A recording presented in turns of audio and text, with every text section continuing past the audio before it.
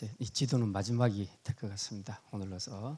자, 이제 바울이 죄수의 몸으로 배를 타고 가이사라에서 출발해서 시돈에서 무라로 갑니다. 그리고 여기서 배를 갈아타는데 알렉산드리아, 이집트 알렉산드리아에서 올라오는 화물선 배로 갈아타고 이제 이 로도 쪽으로 지나가게 됩니다. 자, 여기 지나갈 때에 태풍이 많이 이제 불기를 시작합니다. 그래서 이렇게 북서풍 바람을 피해서 이 밑으로 간신히 돌아오게 됩니다. 자, 여기가 크레타 섬, 지중해 중앙에 있는 크레타 섬인데 이 크레타 섬의 중앙에 보면 미항이라는 곳이 있습니다. 이제 여기서 머무르자. 우리가 그동안 태풍과 싸우느라고 힘들었으니까 이제 여기서 머물고 여기서 겨울을 지내자. 여기서 과동하고 몇 개월 뒤에 우리가 다시 목적지인 이탈리아 로마로 가자. 이렇게 사도 바울이 제안을 했습니다. 그런데 선주들은 안 된다. 여기는 별로 과동하기가 좋지 않으니까 기왕이면 좀 따뜻한 곳 베닉스로 가자. 그래서 가자고 합니다. 사도 바울은 안 된다. 위험하다. 지금 상황이 위험하니까 이대로 머물자. 그 사람들은 가자. 그런데 이제 백부장 율리오는 아무래도 전문가의 말을 듣겠다. 그게 낫겠다 생각해서 베닉스로 가자 하고 배가 출발하죠. 이 짧은 거리를 이동하는데 태풍 유라굴라가 불어서 이렇게 오게 됩니다. 배가 이렇게 와서 나중에는 여기에 멜리데 섬에 도착하게 됩니다. 이제 지난 시간에 우리가 자세히 그것에 대해서 생각을 했고요. 오늘 본문 28장 1절부터는 이제 멜리데 섬에 도착한 내용부터 이제 시작합니다. 먼저 내용은 얼마 안 남았습니다. 사도행전. 자, 1절에 보면 우리가 구조된 후에 안즉 그 섬은 멜리데라 하더라. 지금 태풍 유라굴로로 인해서 표류하던 배가 천신만고 끝에 이제 도착했는데 이게 어딘가 하고 나중에 알아보니까 이게 멜리데라 하는 섬이었다는 겁니다. 이게 지금은 멜리데라는 이름이 없고요. 지금은 몰타 섬입니다. 잘 아시죠? 지중해에 많은 사람들이 그 여행도 가고 또 방문하는 그 몰타 섬입니다. 이게 지금 이태리 남부의 그 시칠리아, 이게 지금 이태리인데 이태리 남부의 시실리 혹은 시칠리아라고 말하는데 이 섬 바로 아래 바짝 붙어서 섬이 이렇게 있습니다. 작은 섬이 있습니다.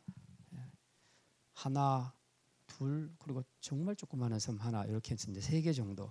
더 자세하게는 6개 있다는데 거의 뭐 우리나라 독도 정도 이런 것들은 취급 안 하면 한 3개 정도로 보여집니다. 지금 여기 인구가 한 40만 조금 넘으니까 우리 의정부시하고 비슷해요. 인구가. 그리고 독립국가입니다. 몰타 공화국입니다. 기독교가 거의 98%예요. 기독교 나라고요. 이 나라가 지금 독립적으로 있는데 그 당시에 이 멜리데라는 이름으로 멜리데라는 섬으로 이제 그렇게 되어 있습니다. 바울이 탄 배가 바로 이제 이곳에 들어가게 됩니다. 자, 들어갔더니 2절에 보니까 비가 오고 날이 참에 원주민들이 우리에게 특별한 동정을 하여 불을 피워 우리를 다 영접하더라. 마침 비가 오기 시작했고 그리고 또 날씨도 차가워졌습니다. 지금 대부분의 사람들은 수영을 하고 건너갔죠. 수영 잘하는 사람들은 수영을 하고 수영 못하는 사람들은 배 파편들을 붙잡고 이제 그렇게 해서 들어갔죠. 그러니까 다 이제 몸이 다 젖었을 거 아닙니까? 옷이 다 젖고 춥죠. 또 그날따라 비가 왔다. 그리고 날씨가 추운 데다가 몸까지 바닷속에 있었으니 얼마나 추웠겠습니까? 이제 바로 불을 지펴야죠. 그래서 고맙게도 원주민들이 우리에게 특별한 동정을 해주어서 그들이 불을 다 피워줬다.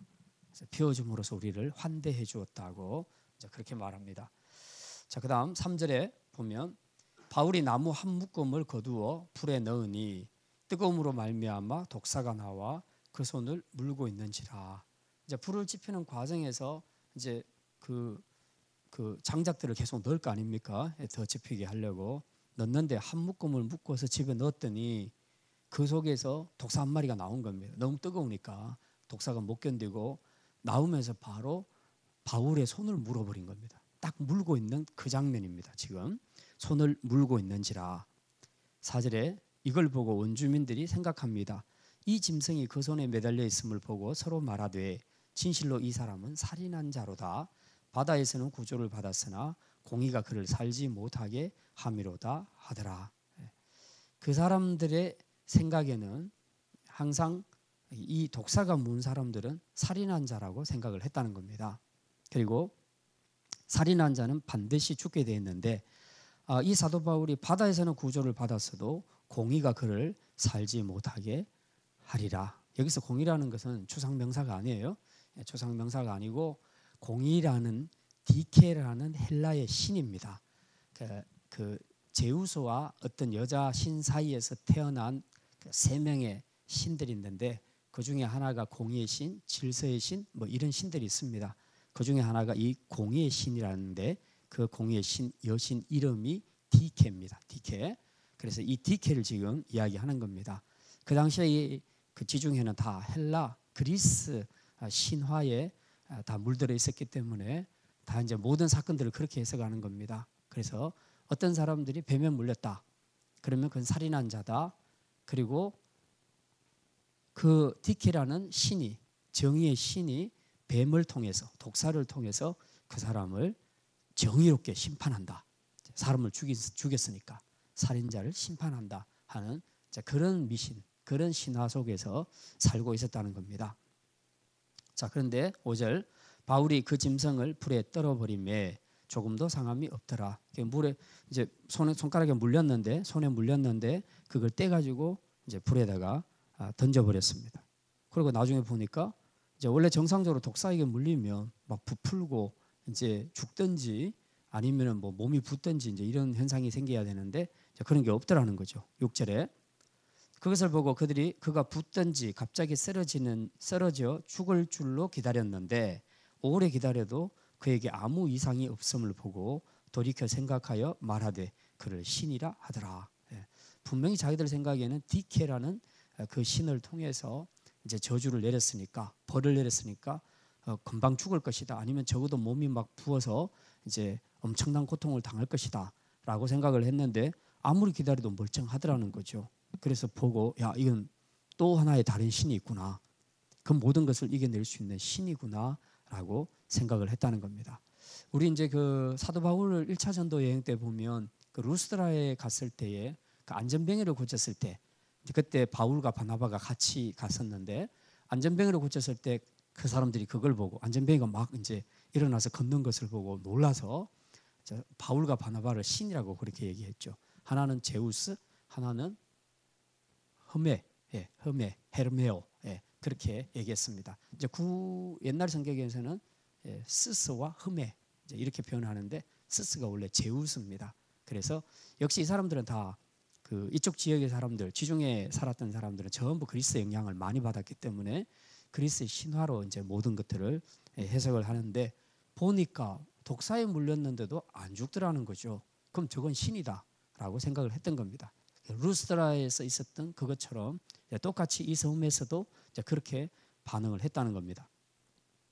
7절 이 섬에서 가장 높은 사람 보블리오라 하는 이가 그 근처에 토지가 있는지라 그가 우리를 영접하여 사흘이나 친절히 머물게 하더니 이 섬에서 그게 이 사람이 추장인지 아니면 총독인지 어쨌건 그 지역 원주민으로 보블리오는 로마식 이름인데 로마 사람으로서 총독일 수도 있고 아니면 이 섬 고유한 원주민인데 그 지도자가 됐기 때문에 로마식의 이름을 가졌을 수도 있습니다. 어쨌든 이 섬에서는 최고 지도자입니다.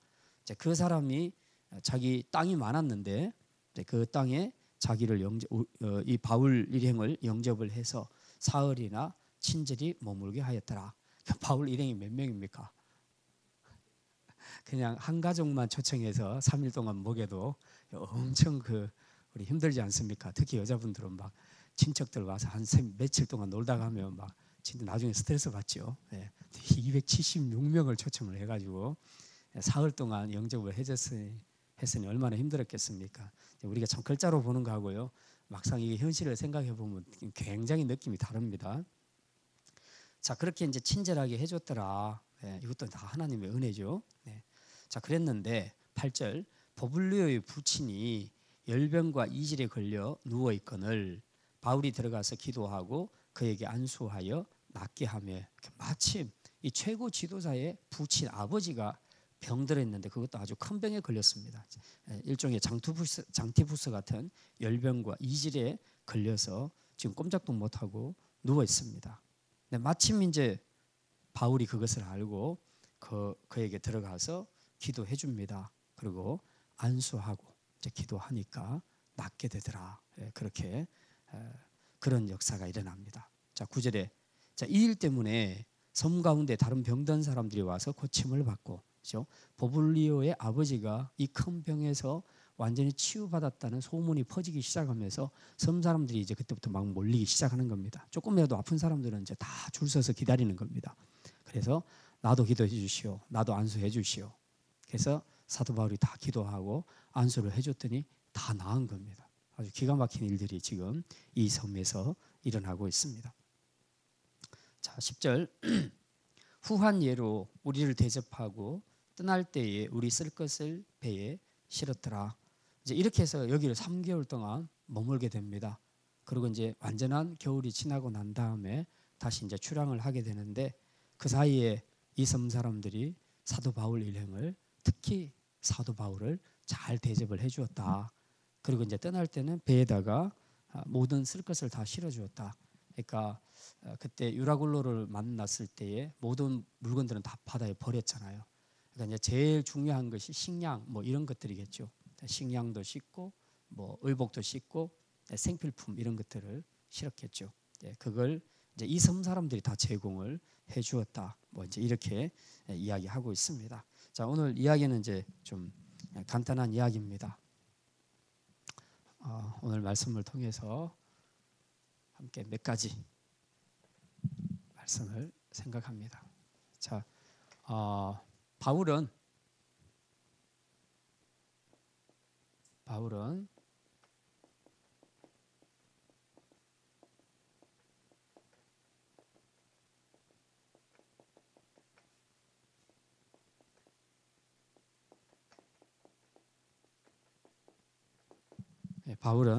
하나님의 철저한 보호하심 아래 있었다 하는 것을 알 수 있습니다. 자, 1절에 보면요, 1, 2절에 보면 이 멜리데 섬에 도착했을 때 막 비도 오고 날도 차고, 그런데 원주민들이 특별히 동정을 해서 불을 피워줬다. 그래서 환대를 해줬다는 거죠. 보통 이제 우리가 막 이렇게 표류하다가 어떤 섬에 도착을 했을 때 원주민들을 만나면 대부분 영화에서 보면 반응들이 어떻습니까? 다 창 들고 와서 기다리면서 이제 죽이려고 하죠. 그리고 실제로 죽이는 경우들도 굉장히 많습니다. 그러니까 산다는 보장이 없어요. 그 원주민들이 사는 섬에 이방인이 함부로 들어가서 그 생명을 보존받을 수 있다는 보장도 없고, 특별히 환대를 받는다는 것은 이건 정말 확률적으로 되게 낮은 겁니다. 그런데 이 섬에 들어갔는데 사실 그렇게 죽일 수도 있지요. 가능성으로 봐서는 막 무대기로 276명이 막 수영도 하고 배 파편 갖고 이렇게 타고 들어오면서 들어올 때 얼마나 그 위협이 되잖아요. 몇 사람이면 괜찮은데 무대기로 오면 이제 그런 그 긴장감을 느끼게 되죠. 그럼 바로 이제 전쟁 분위기로 들어갈 수가 있습니다. 근데 여기 보니까 전혀 그런 거 없고요.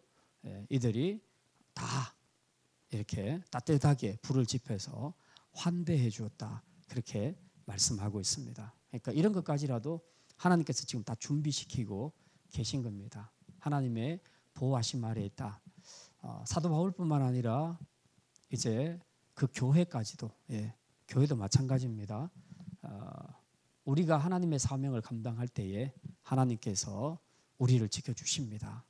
그 사명의 자리, 그 사명의 자리로 부르신 하나님께서 자기 백성을 지켜주신다는 겁니다. 특별히 이 두 번째 사건을 보면 이제 그 뱀에게 물리게 되잖아요. 뱀에게 물리게 되면 정상적으로는 죽든지 몸이 붓든지 이제 이런 일이 생깁니다. 그런데도 불구하고 전혀 하나도 다치지 않았다. 아무 상함이 없었다. 이제 그렇게 말합니다. 그 마가복음 16장 18절부터 보면 이제 그렇게 말씀하죠. 예수님께서 예언의 말씀을 주십니다. 믿는 자들에게는 이러이러한 표적이 나타나리라. 그렇게 말하면서 그들이 뱀을 뱀을 집어 올릴지라도, 또 혹은 그들의 삶 속에서 어떤 독을 마실지라도 해를 받지 아니하리라. 예수님께서 그렇게 말씀합니다. 또 너희가 새 방언을 받게 될 것이다. 이런 여러 가지 예언을 하고, 또 병든 자에게 손을 얹은즉 병이 떠나갈 것이다. 귀신을 내쫓을 것이다. 그래서 예수님의 그 예언 내용이 이제 다 그런 내용입니다. 믿는 자들에게는 표적이 나타나리니 너희들이 내 이름으로 귀신을 쫓아낼 것이다. 그리고 새 방언을 말할 것이다. 그리고 뱀을 집어 올릴지라도 해가 없을 것이며 무슨 독을 마실지라도 너희들이 해가 없을 것이다. 그리고 너희들이 병든 자에게 손을 얹은즉 그들이 나을 것이다. 이게 하나님께서 구원받은 백성, 특별히 교회에게 주신 약속의 말씀입니다. 지금 그 말씀이 그대로 지금 사도 바울과 그 일행에게 그대로 지금 성취되고 있는 것을 우리가 볼 수 있습니다. 하나님께서 이처럼 보호하시는 데는 분명한 이유가 있죠. 하나님은 사도 바울을 그 24절에서 지난주 우리가 봤죠. 24절에서 바울아 두려워하지 말라. 네가 가이사 앞에 서야 하겠고, 분명히 하나님께서는 약속의 말씀 주셨습니다. 내가 너를 로마에 보낸다. 가이사 앞에 세울 것이다. 하나님의 약속이 확실하게 있습니다. 그렇기 때문에 절대로 이 사명을 사도 바울에게 줬는데 이 사명을 이루기까지 하나님께서 사도 바울이 죽도록 하지는 않는다는 겁니다. 반드시 이 약속 때문에도 하나님께서는 사도 바울을 지키시고 보호해 주신다 하는 것을 우리가 알 수 있습니다. 주님의 증인들은 그 사명을 다할 때까지는 결코 무대에서 떠나게 하시는 법이 없습니다. 하나님께서는 당신의 사명을 이루시기 위해서도 사명자를 끝까지 지키시고 보호하시는 하나님이시다 하는 것을 알 수 있습니다. 그렇기 때문에 사실 사도 바울도 두려워하지 않았어요. 독사에게 물렸을 때 펄쩍펄쩍 뛰면서 막 그렇게 반응하지 않았습니다. 그냥 아주 의연하게 그냥 떼가지고 불에다 집어 던졌죠. 사도 바울은 알았습니다. 자기는 가이사 앞에 설 때까지 절대 안 죽으리라는 거. 하나님께서 약속해 주셨으니까, 세워주겠다고 약속하셨으니까 독사가 물든 누가 치든 전혀 안 죽을 것이라는 확신이 있었습니다. 그래서 독사에게 물렸을 때도 아주 의연하게 이걸 떼고 이제 불에다 집어넣었던 거죠. 우리에게 주신 약속의 말씀은 굉장합니다. 그렇기 때문에 이 말씀을 신뢰하는 사람들은 두려움을 가질 필요가 없는 것입니다. 그런데 이제 우리가 잘 모르니까, 그런 약속의 말씀을 안 믿으니까 그냥 내가 상황에서 느끼는 그 두려움, 공포 때문에 내가 괜히 힘들어하고 고통스러워하는 이런 부분들이 되게 많죠. 사명자들이 이런 두려움에 빠지게 되면, 하나님의 약속을 신뢰하지 못하고 두려움에 빠지게 되면 사명을 감당하는데 많은 어려움을 겪게 된다 하는 것을 알 수가 있습니다. 자, 그 다음에는 두 번째는, 하나님은 그 바울의 치유 사역을 통해서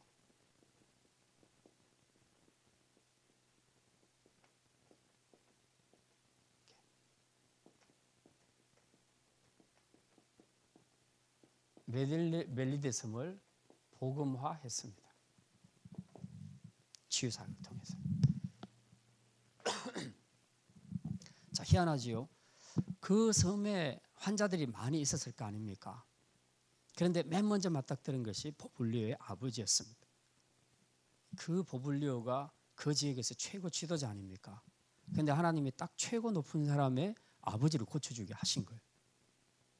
보통 이 부족 사회에서는 제일 중요한 것이 추장입니다. 그 추장이 어떤 것을 한번 결정하면 그 부족이 다 따라오게 돼 있어요, 보통. 선교 지역의 선교사님들이 그걸 파악을 하고 개인을 전도하기보다는 어쨌든 리더들을 만납니다. 추장만 개종을 하게 되면 거의 그 지역 사람들이 다 개종을 하게 된다는 거죠.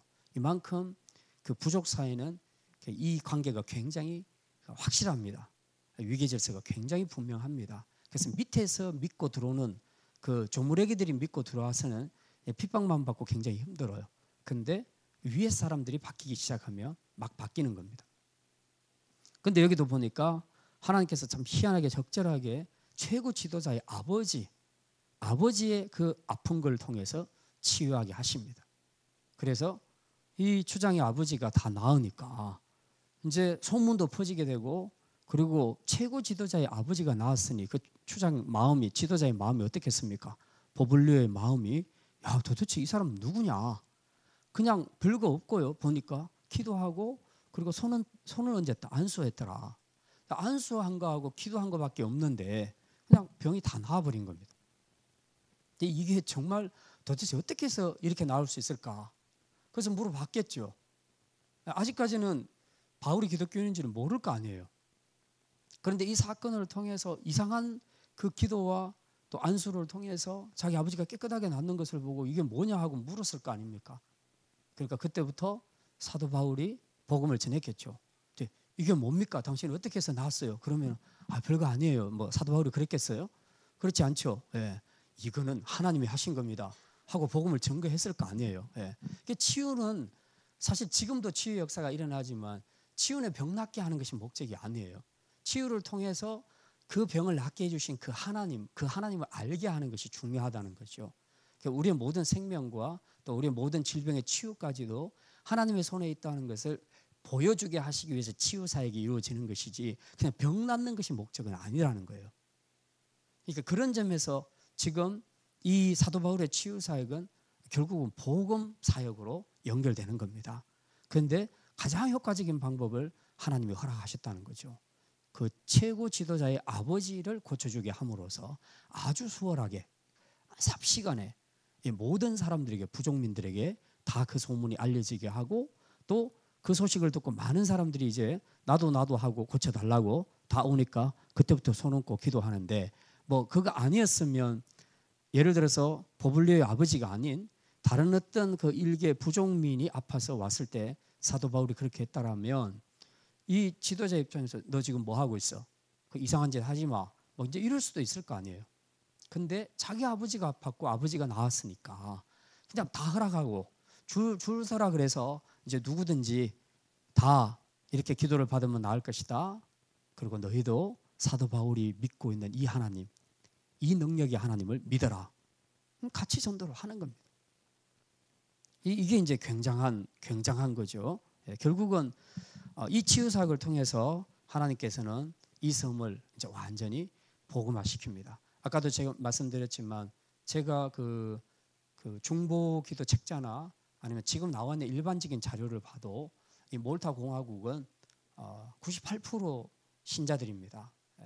거의 대부분 신자들이에요. 여기 가면 보통 이제 우리가 성지순례나 이런 데를 가보면 사실 본래 그 건물들은 거의 다 파괴되어 있고 그 틈만 남아 있든지 아니면 인위적으로 새롭게 이렇게 만들어서 이렇게 대충 이 자리가 뭐 예수님 태어나신 자리입니다. 이 자리가 마구간입니다. 뭐 이제 대충 이렇게 짐작해서 새로 지은 것들이에요.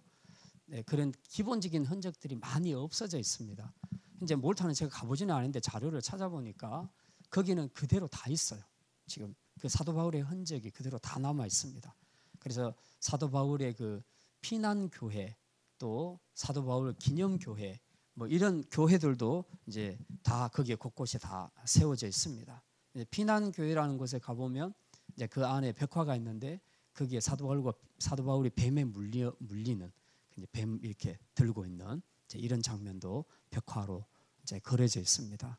그리고 사도 바울 기념 교회는 사도 바울이 그 멜리데 섬에 들어가서 보블리오를 처음 만났던 장소, 그 장소에 또 교회를 지어서 사도 바울 기념 교회라 이제 그렇게 하기도 하고, 또 사도 바울이 멜리데 섬에 있을 때 거주했던 그 동굴도 다 있고요.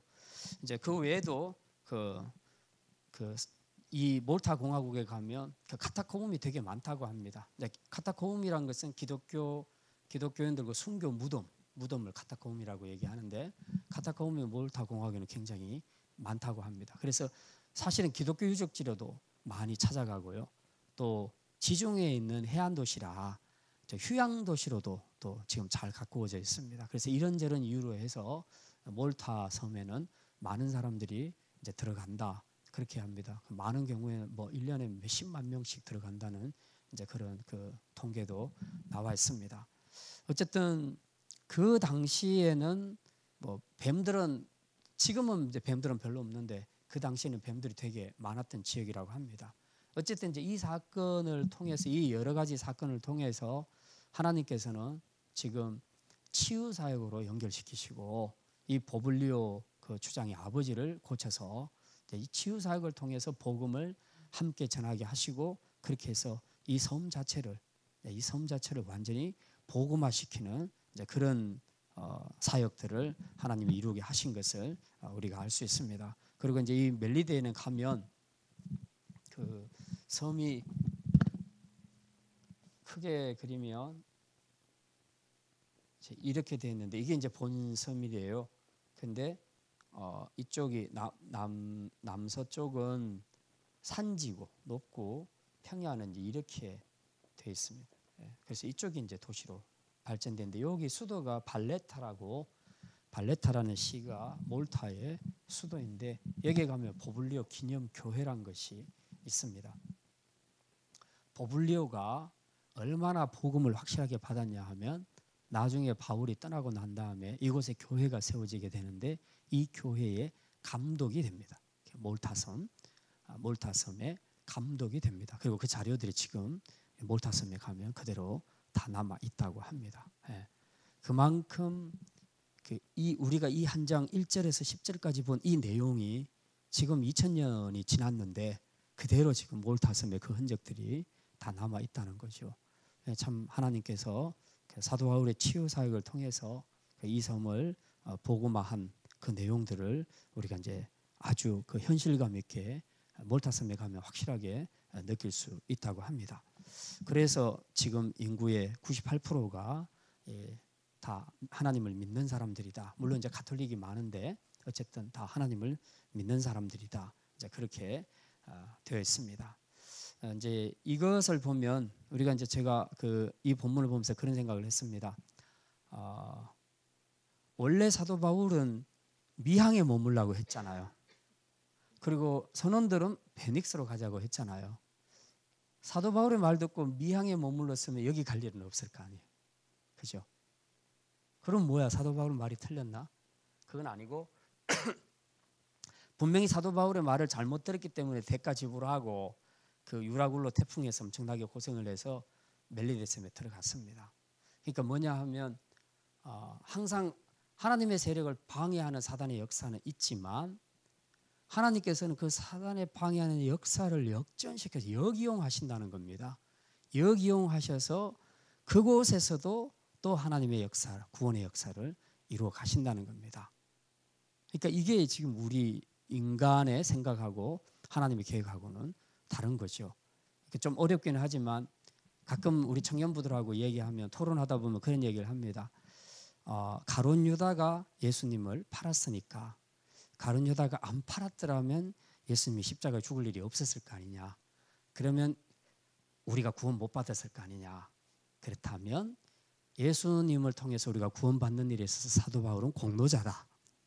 이렇게 볼 수 있다. 왜? 자기 역할이 예수님을 파는 역할이었기 때문에 그 역할이 없었더라면 우리가 구원받을 수 있겠느냐?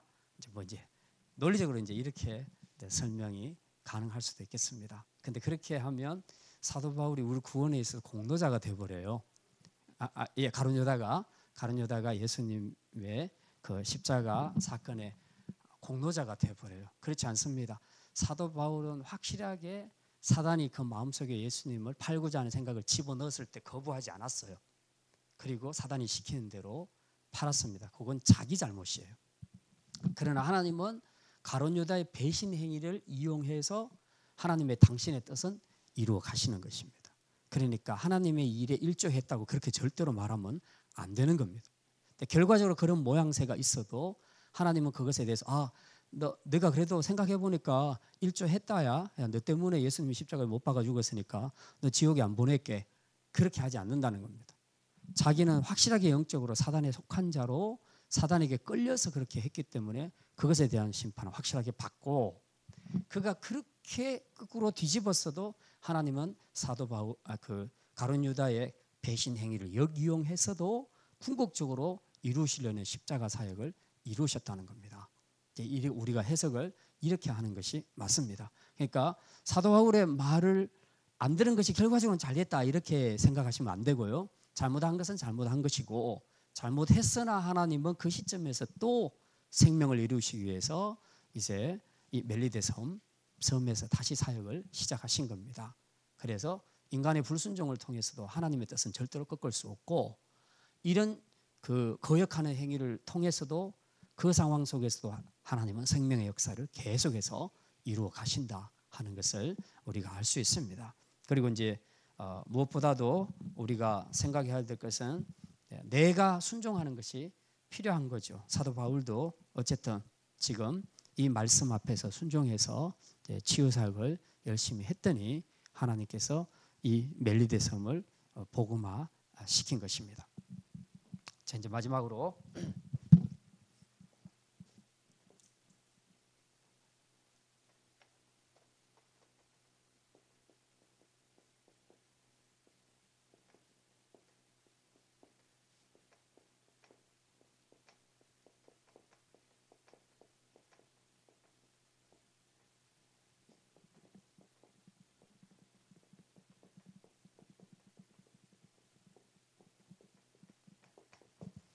언제 어디서나 우리가 복음의 증인이라는 사실을 잊지 말아야 된다는 겁니다. 그래서 복음을 전해야 된다는 거죠.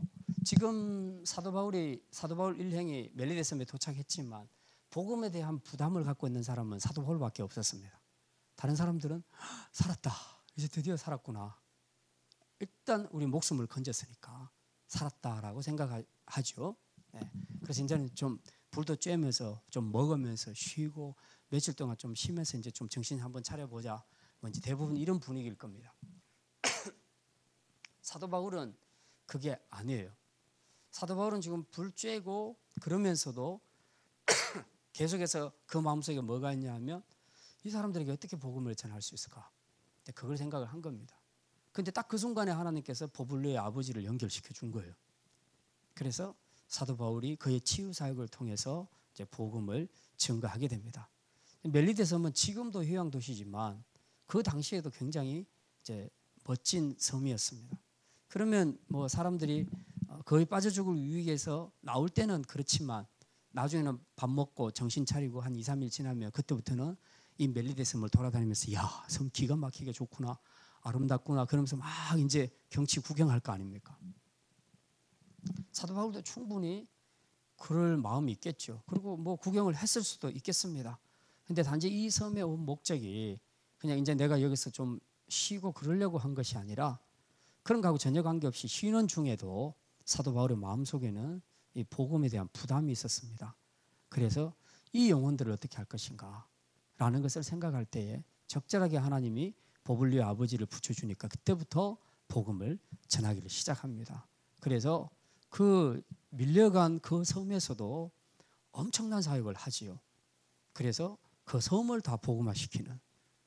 그러니까 사실 사도 바울의 그 1, 2, 3차 전도 여행을 통해서 어쩌면 그 짧은 기간에 가장 많이 전도한 지역이 여기가 아닐까, 그렇게 생각할 정도로 이 섬에 살았던 사람 지금은 한 41만 명, 42만 명 정도가 산다고 하는데 그 당시에는 얼마나 살았지 모르겠지만 일단 추장이 믿고 다 모든 섬 사람들이 다 믿었으니 이게 가장 효과적인 복음 전도 아니겠습니까? 그래서 사도 바울은 이 땅에 들어가서 그냥 좀 내가 너무 태풍 때문에 힘들었으니까 좀 쉬어야 되겠다 하고 쉬려고 생각하면 3개월 동안 쉬어도 되죠.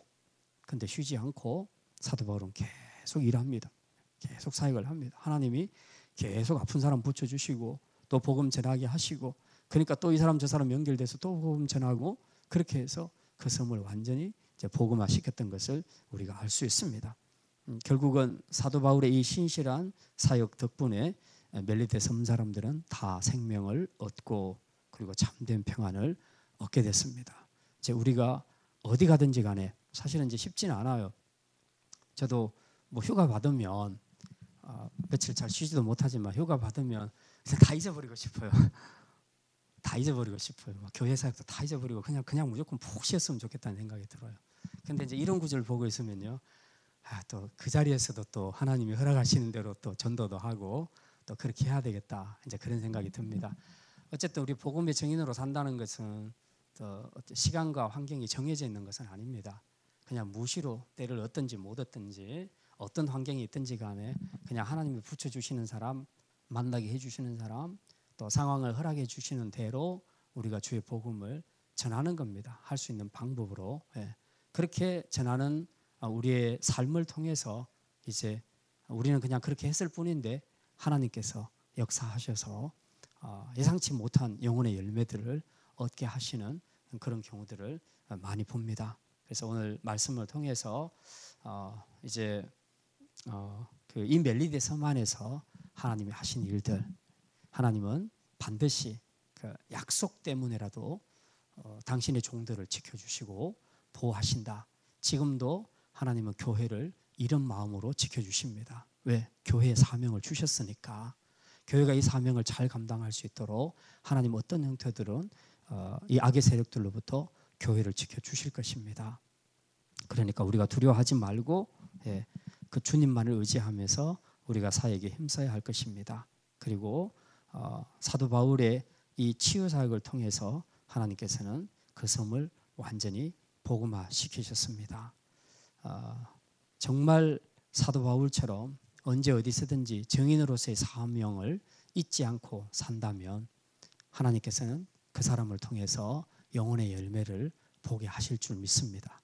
이런 삶이 우리에게도 동일하게 나타나기를 또 우리가 기도하고 이렇게 함으로써 참 사도 바울은 이 섬까지 와서까지라도 결국 사도행전 1장 8절 말씀이 성취되잖아요. 계속해서 땅 끝까지 복음을 전하라는 이것이 가는 곳곳마다 계속해서 1장 8절 말씀이 성취되고 있으니까 야 이거 정말 기가 막히다.